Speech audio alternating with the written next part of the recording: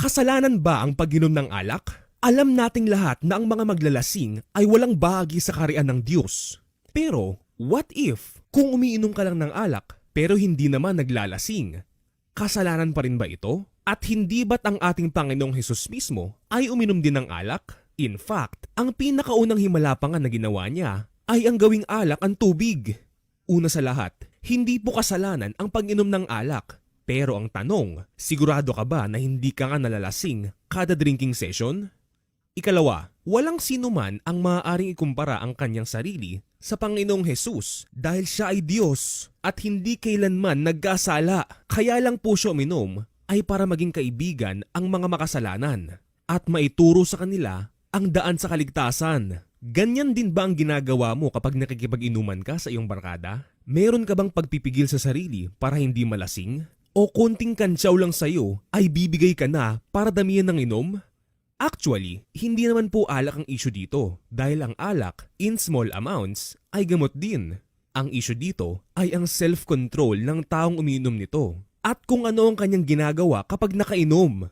Kaya wag mong tutunggain ang matapang na alak kahit ito'y katakam-takam dahil ito ay kumakagat na parang ahas. Ang iyong mga mata ay titingin sa mga hangal na babae at kung ano-ano ang iyong sasabihin at hindi ka makakapag-isip ng mabuti. Kaya nga kapag ang isang tao ay lango sa alak, ay nagagawa niyang manakit, mang-rape o pumatay dahil nawawala siya sa kanyang tamang pag-iisip. So kung alam mo sa iyong sarili na mahina ang iyong self-control at madali kang matukso na gumawa ng kasalanan, hindi ba't mas mabuting iwasan mo na lang ang alak kaysa makagawa ka ng mabigat na kasalanan at mapahamak? Dahil kung sasabihin mo sa iyong sarili na, pakunti-kunti lang naman ay baka hindi mo na namamalayan na nagiging adik ka na pala sa alak. Ika nga sa kantang Laklak. Nagsimula sa patikim-tikim, pinilit kong gustuhin. Bisyo'y nagsimulang lumalim, kaya ngayon ang hirap tanggalin. At gaya ng anumang addiction, ay mahihirapan ka ng alisin sa iyong buhay ang bisyong ito dahil i-discourage ka lagi ng isip mo na hindi mo ito kaya.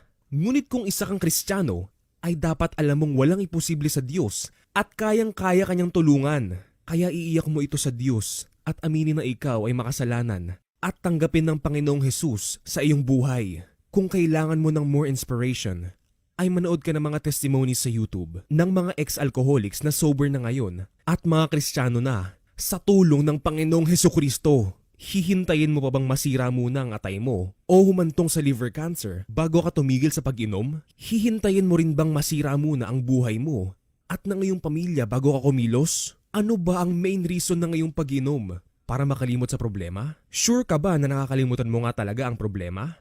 O mas lalo lang itong lumalala? So kung ang root cause ng iyong pag-inom ay problema, ang dapat mong solusyonan ay ang iyong problema. Dahil sa totoo lang, ang lahat ng problema ay may solusyon kung ilalapit mo ito sa Diyos. Ika nga nila na sa Diyos ang awa, na sa tao ang gawa. Kaya kung magpapatuloy ka pa rin sa ganyang gawain o sa pagsama sa mga barkadang manginginom, ay mas lalo ka lamang malululong sa bisyo. Hindi lang sa alak o sa sigarilyo, kundi pati sa drugs. Kaya mga kapatid, huwag kayong maging hangal.